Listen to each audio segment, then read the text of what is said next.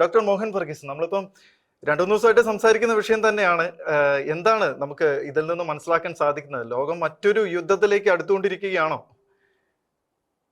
2026 വർഷം തുടങ്ങിയത് തന്നെ വലിയ അശാന്തിയുമായിട്ടാണ് എന്ന് പറയേണ്ടി വരും.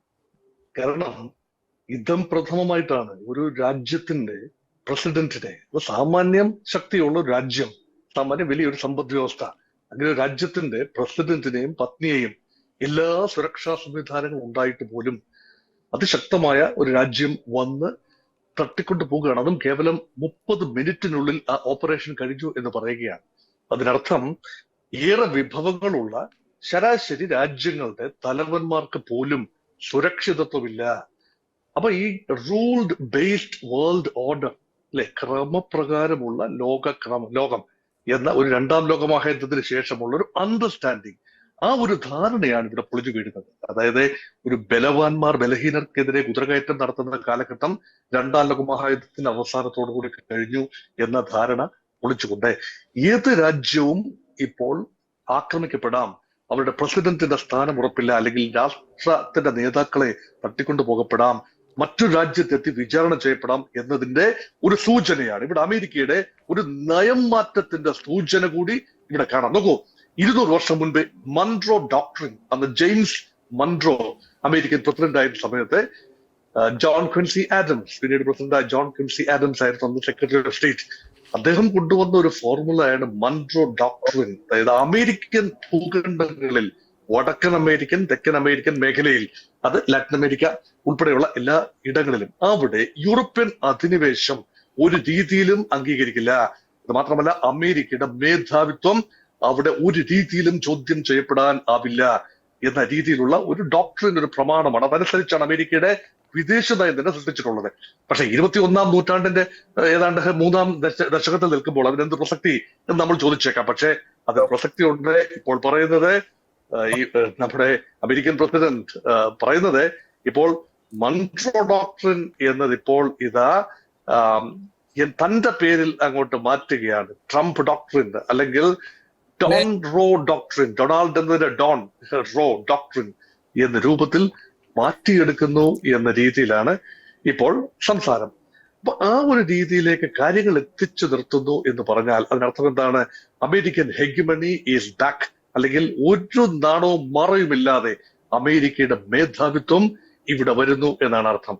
അതിനർത്ഥം എന്താ?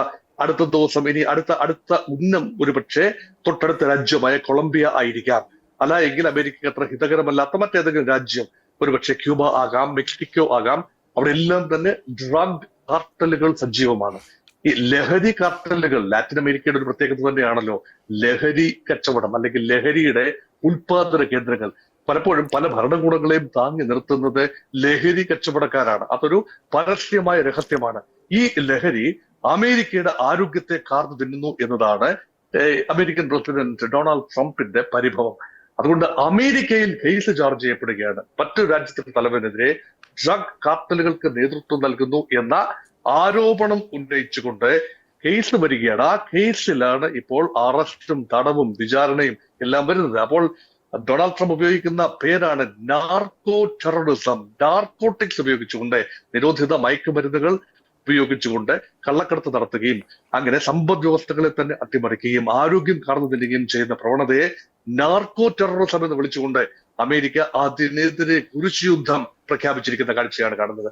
അങ്ങനെയാണ് പ്രസിഡന്റും ഭാര്യയും തട്ടിക്കൊണ്ട് പോകപ്പെടുന്നത്. ഇത് ലോക മനസാക്ഷിയെ ഞെട്ടി ഉണർത്തുന്നതാണ്. കാരണം ഇതിന് മുൻപ് സംഭവിച്ചിട്ടുണ്ട്. ഇവിടെ 1989 പാനമയുടെ പ്രസിഡന്റ് മാനുവൽ നോറിയേഗയെ സമാനമായ രീതിയിൽ, പക്ഷെ ഏതാനും ആഴ്ചകൾ നീണ്ട ഒരു സൈനിക നടപടിയിലൂടെയാണ് പിടിക്കുകയും അമേരിക്കയിൽ കൊണ്ടുപോവുകയും വിചാരണ ചെയ്യുകയും തടവിലാക്കുകയും ഒക്കെ ചെയ്ത് ഏതാണ്ട് 20 വർഷമാണ് അദ്ദേഹം അമേരിക്കയിലും ഫ്രാൻസിലും ഒക്കെ ആയിട്ട് തടവിലും എക്സൈലിലും ഒക്കെ ആയിട്ട് ഇരുന്നത്. സമാനമായ ഒരു വിധിയാണോ നിക്കോളാസ് മഡുറോയും കാത്തിരിക്കുന്നത്? നോക്കൂ, അതിശക്തമായ സോഷ്യലിസ്റ്റ് വ്യവസ്ഥയാണ് അവിടെ ഉള്ളത്. നമുക്കറിയാം, ആ രാജ്യത്തിന്റെ കെടുകാര്യസ്ഥതയും അഴിമതിയും സ്വജനപക്ഷപാതവും എല്ലാം തന്നെ ഒരു സത്യമാണ്. എങ്കിൽ പോലും ലോകത്ത് ഏറ്റവും അധികം എണ്ണ റിസർവ്സ് ഉള്ള രാജ്യമാണ് വെനിസുല എന്നത് മറന്നു പോകാൻ പാടില്ല. കാരണം ഏതാണ്ട് 303 ബില്യൺ ബാരൽ എണ്ണ വെനിസ്വേലയുടെ മണ്ണിൽ അടങ്ങിയിരിക്കുന്നു. അതുപോലെ തന്നെ പ്രകൃതിവാതകത്തിന്റെയും ശക്തമായ നിക്ഷേപമുണ്ട്. ഇത് ലോകത്തിന്റെ ആകെ ക്രൂഡ് ഓയിൽ നിക്ഷേപത്തിന്റെ ശേഖരത്തിന്റെ ഏതാണ്ട് 17 മുതൽ 18% വരെ വരും. അതായത് സൗദി അറേബ്യക്ക് ഉള്ളതിനേക്കാൾ കൂടുതൽ, റഷ്യക്ക് ഉള്ളതിനേക്കാൾ കൂടുതൽ, UAEക്ക് ഉള്ളതിനേക്കാൾ കൂടുതൽ, എന്തിന് ഈവൻ യുണൈറ്റഡ് സ്റ്റേറ്റ്സ് ഓഫ് അമേരിക്കയുടെ കൈവശമുള്ള എണ്ണയേക്കാൾ കൂടുതൽ എണ്ണയാണ് വെനിസ്വേലയ്ക്കുള്ളത്. പക്ഷേ ആ എണ്ണ കച്ചവടം ചെയ്യാനോ വ്യാപാരം നടത്താനോ അത് പുറം ലോകത്തേക്ക് എത്തിക്കാനോ കഴിയാത്ത ഒരവസ്ഥയിലാണ് വെനിസ്വേല. വെനിസ്വേലയ്ക്കെതിരെ അതിശക്തമായ ഉപരോധമാണ്. അമേരിക്ക വിരുദ്ധത ഒരു മുഖമുദ്രയാക്കിയത് കൊണ്ട് അതിശക്തമായ അതാണ് പല കാരണങ്ങൾ പറഞ്ഞുകൊണ്ടും, ഡ്രഗ് കാർട്ടലുകളുടെ പേര് പറഞ്ഞുകൊണ്ടും മറ്റു പല പേരുകൾ പറഞ്ഞുകൊണ്ടും വെനിസ്വേലൻ എണ്ണക്കപ്പലുകൾക്ക് ആ ഒരു കരീബിയൻ കടൽ വിട്ടു പോകാൻ കഴിയുന്നില്ല. അങ്ങനെ കേവലം 5 വർഷം മുൻപ് ഏതാണ്ട് 350 ബില്യൺ ആയിരുന്ന ഇക്കോണമി ഇന്ന് തകർന്ന് കേവലം 80 ബില്യൺ ഇക്കോണമിയായിട്ട് മാറിയിരിക്കുന്നു. അപ്പൊ ആ ഒരു അത്രയും ഒരു ഇക്കോണമിയുടെ അല്ല, ആ GDP എന്ന് പറയുന്നത്. അപ്പൊ അങ്ങനെയുള്ള ഒരു GDP തകർച്ച കേവലം 5 വർഷം കൊണ്ട് തകർന്ന് തരിപ്പണമായി പാപ്പരായ വെനിസ്വേലയെ ഒരു രീതിയിലും ഉയർത്തിക്കൊണ്ടുവരാൻ അഴിമതി നിറഞ്ഞ ഭരണകൂടം, മഡൂറോ ഭരണകൂടത്തിന് കഴിഞ്ഞില്ല എന്നത് സത്യമാണ്. തന്റെ മുൻഗാമിയായ ഹ്യൂഗോ ഷാവേസ് 1989 അധികാരത്തിൽ 1999 അധികാരത്തിൽ വരികയും അന്ന് മുതൽ തന്നെ അതിശക്തമായ ആന്റി അമേരിക്കനിസം അല്ലെങ്കിൽ സാമ്രാജ്യത്വ വിരുദ്ധത ആ രാജ്യത്തിന്റെ മുഖമുദ്രയാക്കി മാറ്റിയെടുക്കുകയും ചെയ്തു. പക്ഷെ 2002 ഒരു കൂ അറ്റംപ്റ്റ് ഉണ്ടായി ഷാവേസിനെതിരെ. ഹ്യൂഗോ ഷാവേസ് എന്ന സോഷ്യലിസ്റ്റ് നേതാവിനെതിരെ ഒരു military take over, American engineered attempt ഉണ്ടായി. അത് അദ്ദേഹം അതിജീവിച്ചു, ജനങ്ങളുടെ കൂടെ സഹായത്തോടു കൂടി അദ്ദേഹത്തിന് തുടരാൻ പറ്റി 2013 വരെ. 2013 ഷാവേസിന്റെ മരണശേഷം നിക്കോളാസ് മഡൂറോ, കേവലം ഒരു ബസ് ഡ്രൈവർ മാത്രമായിരുന്ന അദ്ദേഹത്തിന്റെ ഡെപ്യൂട്ടി ആയിരുന്ന ഷാവേസ്, വൈസ് പ്രസിഡന്റ് ആയിരുന്നു, വിദേശകാര്യമന്ത്രിയായിരുന്നു. ഷാവേസിന്റെ ഒരു ജൂനിയർ പാർട്ണർ കൂടിയായിരുന്ന മഡൂറോ അധികാരത്തിൽ എത്തുകയും അതിനുശേഷം പിന്നീടുള്ള തെരഞ്ഞെടുപ്പ് ഒന്നും തന്നെ നീതിപൂർവവും സുതാര്യവുമായി നടത്താൻ കഴിഞ്ഞില്ല എന്നതാണ് പൊതുവെയുള്ള നിരീക്ഷണം. ഏതാണ്ട് 2024 നടന്ന തെരഞ്ഞെടുപ്പും വലിയ അട്ടിമറിയായിരുന്നു, ഭരണ അട്ടിമറിയായിരുന്നു എന്നാണ് പൊതുവെയുള്ള നിഗമനം. പക്ഷെ അതൊന്നും തന്നെ അമേരിക്കയുടെ ഇടപെടലിന് കാരണമാകുന്നില്ല എന്നതാണ് പ്രസക്തമായ കാര്യം. എങ്ങനെ പറഞ്ഞാൽ ലോകത്ത് എവിടെയെല്ലാം രാജ്യങ്ങളിൽ സൈനിക നടപടികൾ നടക്കുന്നുണ്ട്, ജനാധിപത്യ സംരംഭങ്ങൾ നടക്കുന്നുണ്ട്, പൗരാവകാശങ്ങൾ ലംഘിക്കപ്പെടുന്നുണ്ട്, അവിടെ എല്ലാം കടന്നു ചെന്ന് അമേരിക്കയ്ക്ക് രക്ഷകന്റെ വേഷമണിയാനാവുമോ? ഇത് കയ്യൊപ്പുള്ളവൻ കാര്യക്കാരൻ, മൈറ്റ് ഈസ് റൈറ്റ് എന്ന ഒരു പ്രമാണത്തിന്റെ നഗ്നമായ ഒരു ആവിഷ്കാരമാണ് ഡൊണാൾഡ് ട്രംപിന്റെ ഭാഗത്തു നിന്ന് ഉണ്ടായിരിക്കുന്നത്. ഇപ്പൊ ഇറാനെതിരെയും ഭീഷണി പ്രയോഗം നടത്തിയിരിക്കുകയാണ്. ഇറാനിലെ ഗവൺമെന്റ് ഒരു ഇസ്ലാമിക ഒരു ടച്ചുള്ള ഗവൺമെന്റ് ആണ്. ആയത്തുള്ള അലി ഖമൈനി പരമാധ്യക്ഷനായിരിക്കുന്ന, മസൂദ് പസഷ്കിയാൻ പ്രസിഡന്റ് ആയിരിക്കുന്ന ഇറാനിയൻ ഭരണകൂടത്തിനെതിരെയും ജനകീയ പ്രക്ഷോഭമുണ്ട്. അവിടെയും ജനകീയ പ്രക്ഷോഭത്തെ അടിച്ചമർത്താനാണ് ഇറാൻ ഉദ്ദേശിക്കുന്നതെങ്കിൽ തങ്ങൾ കടന്നു ചെന്ന് ഇറാന്റെ ഭരണം അവസാനിപ്പിക്കും. അങ്ങനെ ലോകത്തെല്ലായിടത്തും ഭരണ കൈമാറ്റം എന്നത് അമേരിക്കയ്ക്ക് അനുകൂലമാകുന്ന ഒരു ഗവൺമെന്റ് വ്യവസ്ഥ അല്ലെങ്കിൽ ഭരണം ഉണ്ടാക്കിയെടുക്കും എന്ന ട്രംപിന്റെ ഒരു നയം അതെല്ലാ അധികാര സീമകളെയും ലംഘിക്കുന്നതാണ്. നാളിതുവരെ 2ാം ലോക മഹായുദ്ധത്തിന് ശേഷം ഏതാണ്ട് 33 ഇടങ്ങളിൽ ഭരണമാറ്റം, അമേരിക്കൻ എഞ്ചിനീയർഡ് ഭരണമാറ്റങ്ങൾ സംഭവിച്ചിട്ടുണ്ട്. അതിലേറ്റവും അവസാനത്തെ ഏടാണ് ഇപ്പോൾ ഒരുപക്ഷെ വെനിസ്വേലയിൽ നടക്കുന്ന. തൊട്ടു മുമ്പ് കഴിഞ്ഞ വർഷം തന്നെ സിറിയയിൽ നടന്നു. ഒരു മുൻ ഏകാധിപതി മുൻ ഭീകരനായിരുന്ന അൽ-ഷറ ഭരണത്തിലെത്തി. ഇതൊന്നും അമേരിക്കയ്ക്ക് ന്യായമായ കാരണങ്ങൾ പറയാൻ കഴിയുന്നില്ല. അമേരിക്കയ്ക്ക് ഹിതകരമാകുന്ന ഗവൺമെന്റുകളെല്ലാം തന്നെ സുരക്ഷിതമായിരിക്കും. അമേരിക്കയുടെ തിട്ടൂരുകളെ അനുസരിക്കുന്ന സൗദി അറേബ്യ ആകട്ടെ, കുവൈറ്റ് ആകട്ടെ, അല്ലെങ്കിൽ UAE, ഇങ്ങനെയുള്ള രാജ്യങ്ങളുടെയൊക്കെ ഗവൺമെന്റുകൾക്ക് അവരുടെ വിഭവങ്ങളെ സംരക്ഷിച്ചു നിർത്താൻ കഴിയും. അമേരിക്കൻ ഓയിൽ കമ്പനികൾക്ക് പ്രവർത്തിക്കാനുള്ള അനുവാദം ഉണ്ടാകണം എന്ന് മാത്രം. ഇവിടെ വെനിസ്വേലയുടെ കാര്യത്തിൽ അമേരിക്കൻ ഓയിൽ കമ്പനികൾ 1976 തന്നെ ഓയിൽ ഫീൽഡുകൾ ദേശസാൽക്കരിച്ചു. 99 മുതൽ പ്രൈവറ്റ് കമ്പനികൾ, അമേരിക്കൻ കമ്പനികൾ ഉൾപ്പെടെയുള്ള കമ്പനികൾക്ക് അവിടെ പ്രവർത്തന അനുമതി നിഷേധിച്ചു. അപ്പോൾ കച്ചവട കണ്ണുകളുള്ള ഡൊണാൾഡ് ട്രംപിന്റെ മോഹം അമേരിക്കൻ കമ്പനികളെ തിരിച്ചു കൊണ്ടുവരിക, അതിന് പറ്റുന്ന ഒരു പാവ ഭരണകൂടം അവിടെ ഉണ്ടാവുക. ഇപ്പൊ നോക്കൂ, ഡെൽസി റോഡ്രിഗസ് എന്ന വൈസ് പ്രസിഡന്റ് ഇപ്പോൾ പ്രസിഡന്റായി അവരോധിതയായിരിക്കുകയാണ് വെനിസ്വേലയിൽ.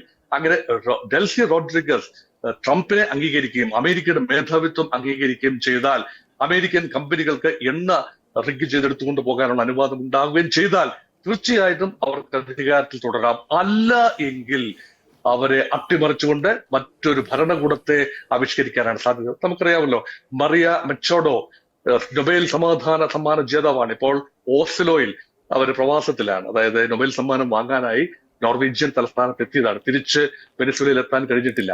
കടുത്ത ഉപരോധങ്ങൾ കാരണം എത്താൻ കഴിഞ്ഞിട്ടില്ല. അല്ല എങ്കിൽ എഡ്മണ്ടോ ഗോൺസാലസ് എന്ന യഥാർത്ഥത്തിൽ വിജയിച്ച അന്നത്തെ പ്രതിപക്ഷ നേതാവ് 2024 തെരഞ്ഞെടുപ്പിൽ വിജയിച്ച ആൾ, ആ ആളെ പ്രസിഡന്റ് ആക്കിക്കൊണ്ട് ഒരു ഭരണമാറ്റം ഉണ്ടാക്കാം, അല്ലെങ്കിൽ പൊതു തെരഞ്ഞെടുപ്പിലൂടെ ജനങ്ങൾ തീരുമാനിക്കട്ടെ എന്ന് പറയാം. ഇതൊന്നും തന്നെ നടക്കുന്ന ലക്ഷണമില്ല. അമേരിക്ക പറഞ്ഞിരിക്കുന്നത് America has taken over Venezuela. അതുകൊണ്ട് എല്ലാ ചട്ടങ്ങളെയും എല്ലാ മാനദണ്ഡങ്ങളെയും എല്ലാ മര്യാദകളെയും മാറ്റിക്കൊണ്ട് അത് പറഞ്ഞിരിക്കുകയാണ്. ലോകരാജ്യങ്ങൾ അപലപിച്ചു, ശരിയാണ്. റഷ്യ അപലപിച്ചു, ചൈന അപലപിച്ചു, ഇന്ത്യ പോലും അതിലെ കൺസേൺ ആശങ്ക രേഖപ്പെടുത്തി. അപലപിച്ചു എന്ന് പറയാനാവില്ല, അമേരിക്ക അപലപിച്ചു എന്ന് പറയാനാവില്ല, ആശങ്ക രേഖപ്പെടുത്തി.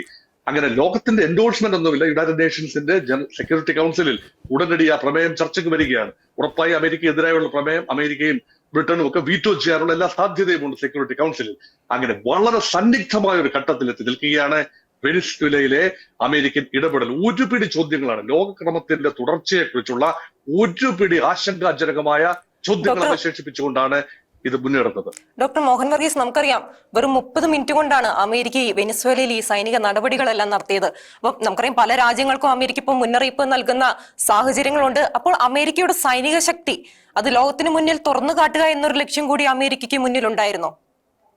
തീർച്ചയായും അമേരിക്ക ലോകത്തെ 1-ാം നമ്പർ സാങ്കേതിക ശക്തിയാണ്, 1-ാം നമ്പർ സാമ്പത്തിക ശക്തിയാണ്, 1-ാം നമ്പർ സൈനിക ശക്തിയാണ്. ഈ സൈനിക ശക്തി, അമേരിക്കൻ ആയുധങ്ങളുടെ പ്രഹരശേഷി, അമേരിക്കൻ മെനൂവറബിലിറ്റി, അമേരിക്കൻ സൈന്യങ്ങളുടെ വേർവിറ്റൽ, ഡെവിൽറി, ഇതെല്ലാം ഡിസ്പ്ലേ ചെയ്യപ്പെട്ടു എങ്കിൽ മാത്രമേ അമേരിക്കയെ ഒരു നേതൃസ്ഥാനത്തെ ലോകം അംഗീകരിക്കൂ. ചൈനയ്ക്ക് പറ്റുന്നത് പലപ്പോഴും ചൈന പല യുദ്ധങ്ങളിൽ ഏർപ്പെടുന്നില്ല. ചൈനയ്ക്കും സമാനമായ ശക്തിയുണ്ട്. ചൈനയും വലിയ ഇക്കോണമി തന്നെയാണ്. ഒരു 19 ട്രില്യൺ ഇക്കോണമിയാണ്. അമേരിക്ക ഒരു 30 ട്രില്യൺ ഇക്കോണമിയാണ്. ഇന്ത്യ കേവലം 4.1 ട്രില്യൺ ഇക്കോണമിയാണ്. 4-ാം സ്ഥാനത്താണ് ഇപ്പോൾ നിൽക്കുന്നത്. പക്ഷെ ഇക്കോണമിയുടെ വലിപ്പമല്ല അവിടെ വിഷയം. ആയുധങ്ങൾ യഥാർത്ഥ ബാറ്റിൽ ഫീൽഡിൽ ടെസ്റ്റ് ചെയ്യണം. സൈന്യങ്ങൾ അവരുടെ പ്രകടന പരത ലോകത്തിന് മുമ്പിൽ വെളിവാട്ടണം. ഒരു കമാൻഡോ ഓപ്പറേഷൻ, ഇപ്പൊ ഡെൽറ്റ എന്ന് പറയുന്ന സ്പെഷ്യൽ ട്രെയിൻഡ് ഫോഴ്സ് ആണ് ഈ ആക്രമണം സജ്ജീകരിച്ചത്.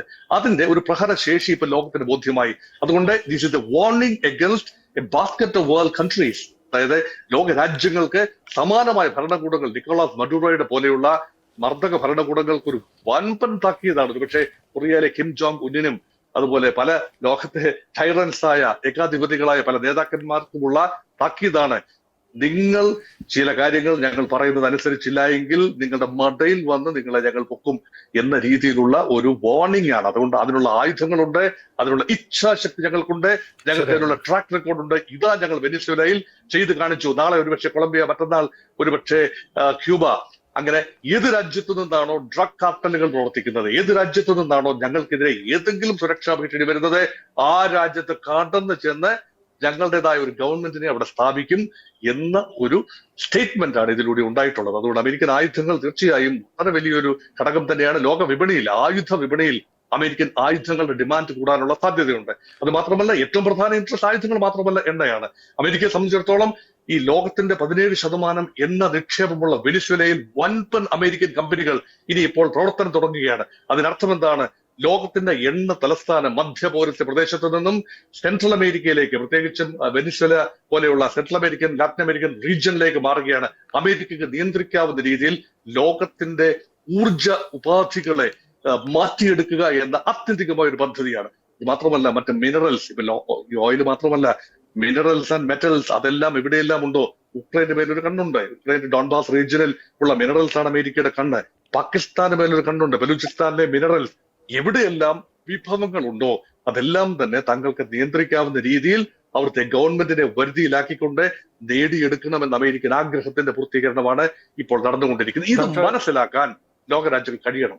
ശരിയാണ്. ഡോക്ടർ മോഹൻ വർഗീസ്, ഇപ്പൊ അറിയാനുള്ള ഒരു കൗതുകം കൊണ്ട് ചോദിക്കുന്നതാണ്. ഇപ്പൊ നമുക്ക് ലോകം മുഴുവനുള്ള വെനസ്വേലയിലെ പൗരന്മാർ അല്ലെങ്കിൽ വെനസ്വേലൻ പൗരത്വമുള്ള ജനങ്ങളുടെ ഒരു ആഘോഷിക്കുന്ന ഒരു സംഭവങ്ങളൊക്കെ നമ്മൾ കാണുന്നുണ്ട്, വീഡിയോസ് ഒക്കെ നമ്മൾ സോഷ്യൽ മീഡിയയിലൊക്കെ കാണുന്നുണ്ട്. അതേ സ്ഥാനത്ത് അതുമായിട്ട് യാതൊരു ബന്ധവുമില്ലാത്ത നമ്മുടെ നാട്ടിലെ ചില പ്രകടനങ്ങളും പ്രതിഷേധങ്ങളൊക്കെ നമ്മൾ കാണുന്നുണ്ട്. അപ്പൊ അതിനെക്കുറിച്ച് എന്താണ് താങ്കൾക്ക് പറയാനുള്ളത്? അത് കൗതുകകരമായ ഒരു കാര്യമാണ്. ഒരു വലിയ ഇരട്ടത്താപ്പ് അതിനകത്തുണ്ട്.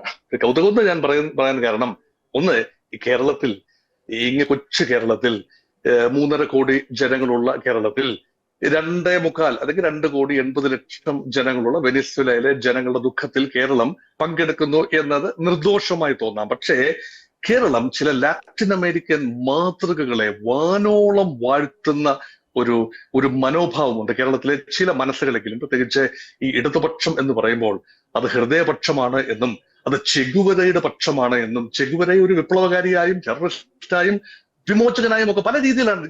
One man's terrorist is another man's freedom fighter, അല്ലെ? അപ്പൊ ടെററിസ്റ്റ് എന്ന് ഒരു കൂട്ടർ വിളിക്കുന്നു, അദ്ദേഹത്തെ വിമോചകൻ എന്ന് മറ്റൊരു കൂട്ടർ വിളിക്കുന്നു.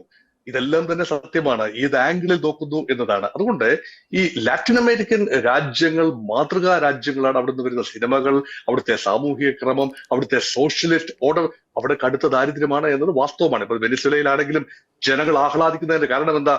നിക്കോളാസ് മദുറോയുടെ ഭരണം അവർ മടുത്തതിന്റെ കാരണം അഴിമതി കെടുകാര്യസ്ഥത ഒരു വശത്തെ, അമേരിക്ക വിരുദ്ധത എന്ന രാഷ്ട്രീയ നിലപാട് കൊണ്ടുണ്ടായ ഉപരോധം. ആ ഉപരോധം കാരണമാണ് ഞാൻ നേരത്തെ പറഞ്ഞത് 350 ബില്യൺ ഇക്കോണമി ചുരുങ്ങി 80 ബില്യൺ ഇക്കോണമിയായി മാറി. GDP 80 ബില്യനായി കുറഞ്ഞിരിക്കുന്നു. സ്വാഭാവികമായി വൻപൻ വിലക്കയറ്റമാണ്, സാധനങ്ങൾ കിട്ടാനില്ല. കടുത്ത 80% ആളുകളും ദാരിദ്ര്യത്തിലേക്ക് താഴെയാണ്, കടുത്ത പട്ടിണിയിലാണ് വെനിസ്വേലയിൽ.